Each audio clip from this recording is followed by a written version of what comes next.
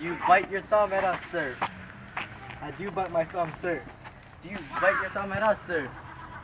No, sir, but I do bite my thumb, sir. Do you quarrel, sir? Sword if you be men. Have at thee.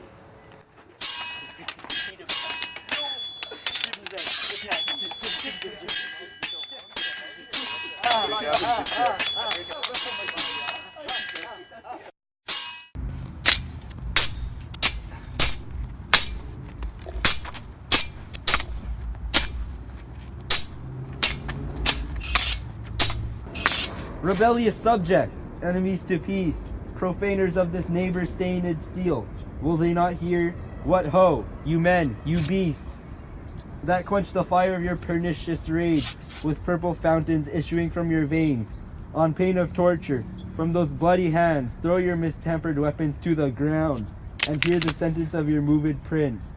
3 civil brawls, bred of an airy word, by thee, old Capulet and Montague, have thrice disturbed the quiet of our streets, and made Verona's ancient citizens cast by their grave beseeming ornaments to weld old partitions in hands as old, cankered with peace, to part your cankered hate. If ever you disturb our streets again, your lives shall pay the forfeit of the peace. For this time all the rest depart away. You, Capulet, shall go along with me, and Montague, come you this afternoon to know our further pleasure in this case. To old Freetown, our common judgment place, once more, on pain of death, all men depart.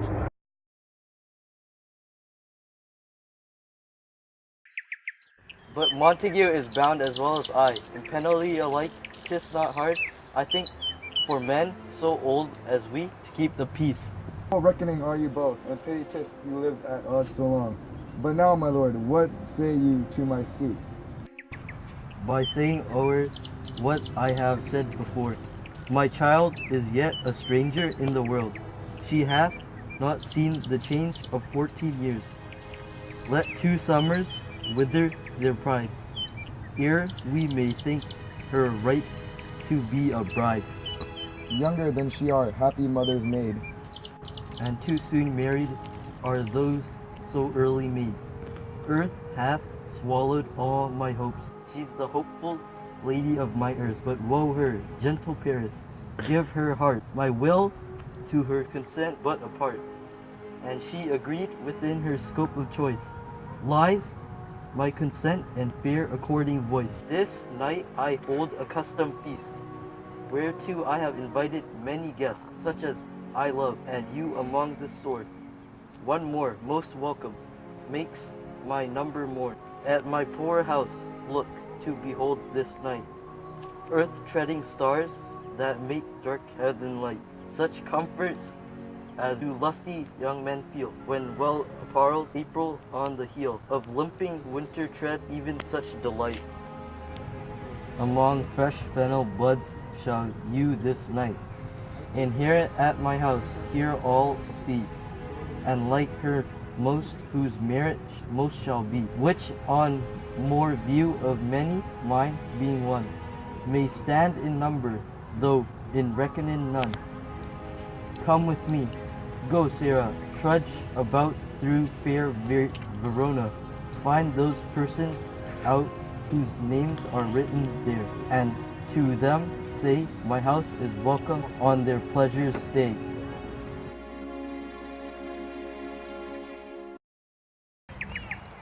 find them out whose names are written here. It is written that the shoemaker should meddle with his yard, and the tailor with his last, the fisher with his pencil, and the painter with his nets.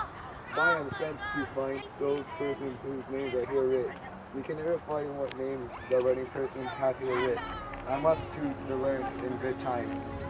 Tut, man, one fire burns out another's burning. One pain is lessened by another's anguish. Turn, giddy, and be helped by backward turning. One desperate grief cures with another's language. Take thou some new infection to thy eye, and the rank poison of the old will die.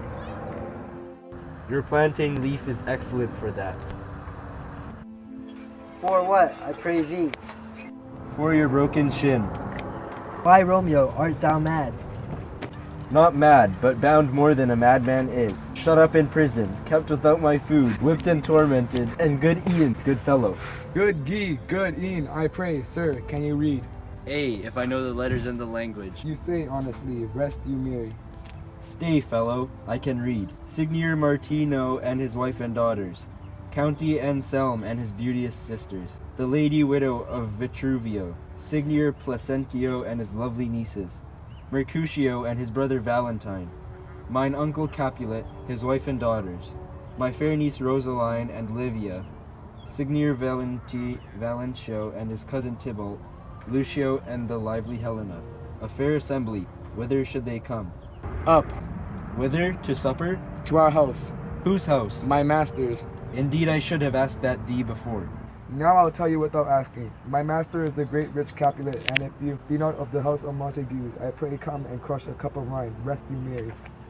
At this same ancient feast of Capulets sups the fair Rosalind whom thou so loves.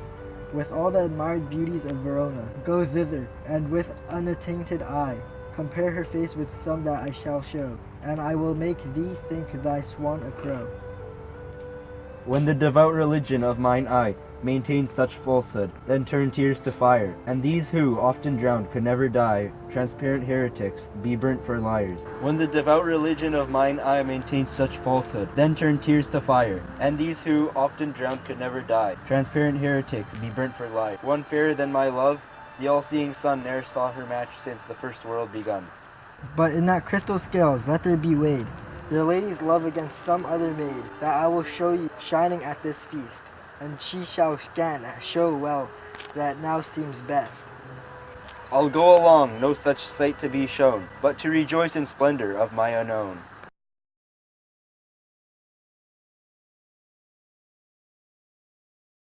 What? Shall this speech be spoke for our excuse, or shall we on without apology?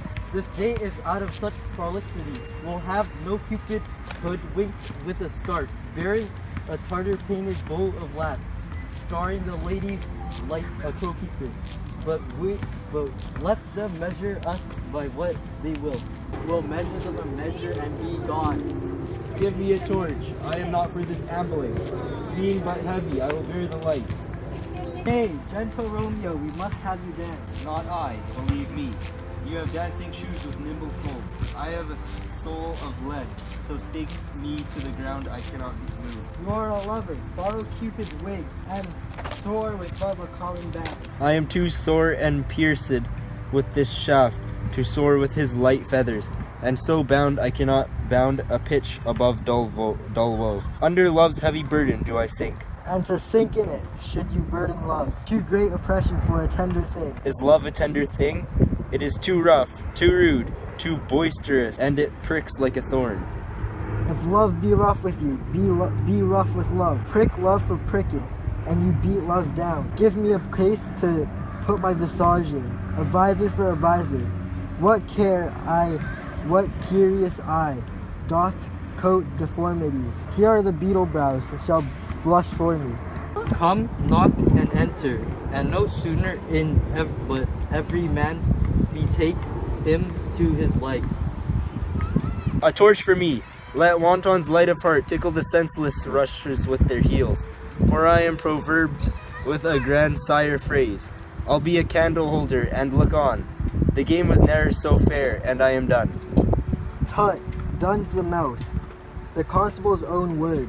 If thou art done, we'll draw thee from the mire, or save your reverence, love wherein thou stickest, up to the ears. Come, we burn daylight, ho! Nay, that's not so. I mean, sir, in delay we waste our lights in vain. Lights by day. Take our good meaning, for our judgment sits 5 times in that ear, once in our 5 wits. And we mean well in going to this mask, but it's not wit to go. Why, may one ask? I dreamt a dream tonight. And so did I. Well, what was yours? That dreamers often lie. In bed asleep while they do dream things true. Time out, O mind of the fairies' coachmakers, and in this state she gallops night by night through lovers' brains, and then they dream of love. On courtiers' knees that dream on courtesy straight, o'er lawyers' fingers who straight dream on fees, o'er ladies' lips who straight on kisses dream, which oft the angry mab with blisters plagues, because their breaths with sweet meats tainted are. Then he dreams of another benefice. Sometimes he driveth o'er a soldier's neck, and then dreams he of cutting foreign throats, of breeches, ambuscados, Spanish blades, of health's five phantom, makes the elf locks in foul sluttish hairs, which once untangled much misfortune bodes. This is the hag, when maids lie on their backs, that presses them and learns them first to bear, making them women of good carriage. This is she. Peace, peace, Mercutio, peace. Thou talk'st of nothing.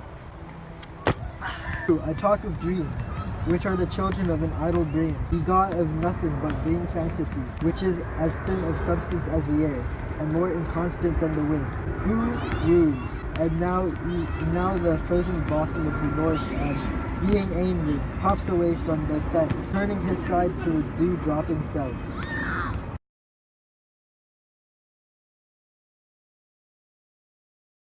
She doth teach the torches to burn bright. It seems she hangs upon the cheek of night, as a rich jewel in a field's air, beauty too rich for use, for earth too dear. So shows a snowy dove trooping with crows, as yonder lady o'er her fellows shows. The measure's done, I'll watch her place I'll stand, and touching hers, make blessed my rude hand. Did my heart love turn out, for I swear in sight, for I ne'er saw true beauty to this night. This, by his voice, should be a Montague. Fetch me my rapier, boy. What dares the slave come hither covered with an antic face, to fleer and scorn out at our solemnity? Now, by the stock and honor of my kin, to strike him dead, I hold it not a sin. Why, how now, kinsman? Wherefore storm you so? Uncle, this is a Montague, our foe, a villain that is hither come in spite, to scorn at our solemnity this night.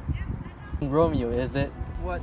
Content thee, gentle cuz, let him be alone. He bears him like a portly gentleman, and to say the truth, Verona brags of him to be virtuous and well-governed youth. I would not, for the wealth of all this town, hear my house do him disparagement. Therefore, be patient, take no note of him. It is my will, the wit, if thou respect shall fair present, and put off these frowns, and ill-beseeming semblance for the feast. He shall be endured. What, goodman boy? I say he shall. Go to. Am I the master here or you? Go to. You'll not endure him. God shall mend my soul. You'll make a mutiny among my guests. You'll set cock-a-hoop and you'll be the man. Go to. You're a saucy boy. It's so indeed. The trick may chance to scathe you. I know what. You must contrary me. Marry me this time. Well said, my hearts. You're a princox. Go. Be quiet or more light. More light for shame. I'll make you quiet. What, surely, my hearts? Perforce with willful choler meeting, makes my flesh tremble in their different greeting. I will withdraw, but this intrusion shall, now seeming sweet, convert to bit less gal. Go ask his name.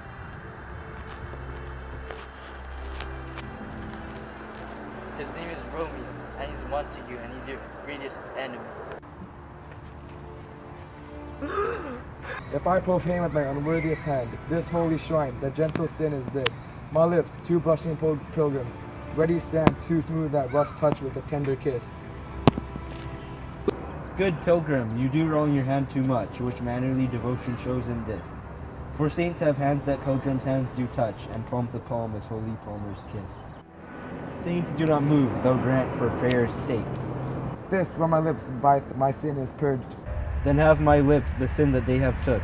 Sin from my lips, O trespass, sweetly urged, name my sin again. You kiss by the book. Mine in a way.